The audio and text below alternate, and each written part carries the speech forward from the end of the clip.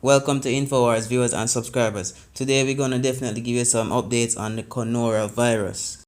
So in the United States, there's 53 cases of the coronavirus. That means if the virus is in the United States, it's definitely going to come to Jamaica at some point soon. As my viewers and subscribers already know, 95% of our tourism vacation passengers come from the United States. Here, ABC News will tell you more. The latest on the coronavirus emergency. Lots of major developments overnight. The Trump administration has asked Congress for $2.5 billion to help fight the outbreak. This comes as the CDC issues its highest travel warning to South Korea, and the number of cases are growing there and in Italy and Iran. And now concerns growing at a hotel in Spain where a case was just confirmed.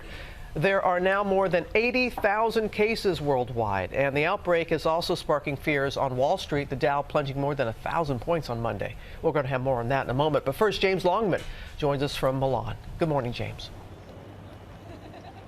Yeah, good morning, Robin. Milan is much quieter than usual, but as Italy does what it can to control this outbreak, we're seeing the dangerous potential for the spread. Infection breaking out from here to both Spain and Croatia. This morning, the urgent race to stop the global spread of coronavirus and the potential for contamination now clear, as an Italian doctor has now tested positive in a Spanish hotel, forcing more than 1,000 guests to get tested. He visited the hospital yesterday with fever and COVID-19 symptoms, and he's now in isolation. All guests are being told to stay in their rooms until results are back. And in Croatia, the first confirmed case. A man also recently in the Milan region of Italy, the patient described as young and his symptoms mild. In Italy, the number of reported cases at over 200, an increase that World Health officials call deeply concerning.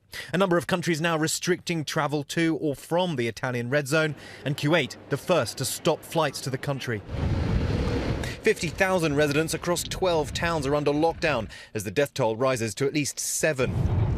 The normally bustling streets of Milan, much quieter than usual. Dana Rogers from Wisconsin runs a business here. My family's worried because you watch the news and you see the supermarkets and you hear about cities being quarantined. So my mom yesterday was like, I'm really worried. I think you should come home. The number of cases also at worrying levels in South Korea. Overnight, authorities raiding the headquarters of this church in Gwacheon, where the first COVID-19 case was reported. Health officials trying to test its more than 200,000 members. As the World Health Organization struggles to figure out exactly how the virus is transmitted, health officials say it could turn into a global pandemic. The CDC issuing its highest travel warning, telling Americans to avoid all non-essential travel. It's time to do everything you would do in preparing for a pandemic. And in the US, the number of confirmed cases at 53. The effects of the virus felt far and wide, from Wall Street to Hollywood, where Paramount Pictures announced Monday it was stopping its production of Tom Cruise's Mission Impossible 7 in Venice out of an abundance of caution for the safety and well-being of our cast and crew.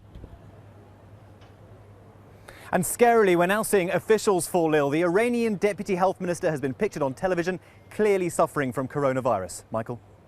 All right, thank you, James. And we're now joined by our chief medical correspondent, Dr. Jennifer Ashton. And Doc, we see these cases popping up in many other countries now. So what does that say or tell us about the coronavirus? Well, I think the first thing, Michael, is that we don't know if all of these other cases is the coronavirus or COVID-19 behaving differently, being more easily transmitted from person to person, or whether their reporting capacity is different and better than we saw in the past, month and a half to almost 2 months. When you talk about the numbers, I want to emphasize this. It's not the case number and the death number that really is important here. We have to look at how many are exposed, how many are infected, how many of those infected actually develop symptoms, how many of those people are then tested and test positive.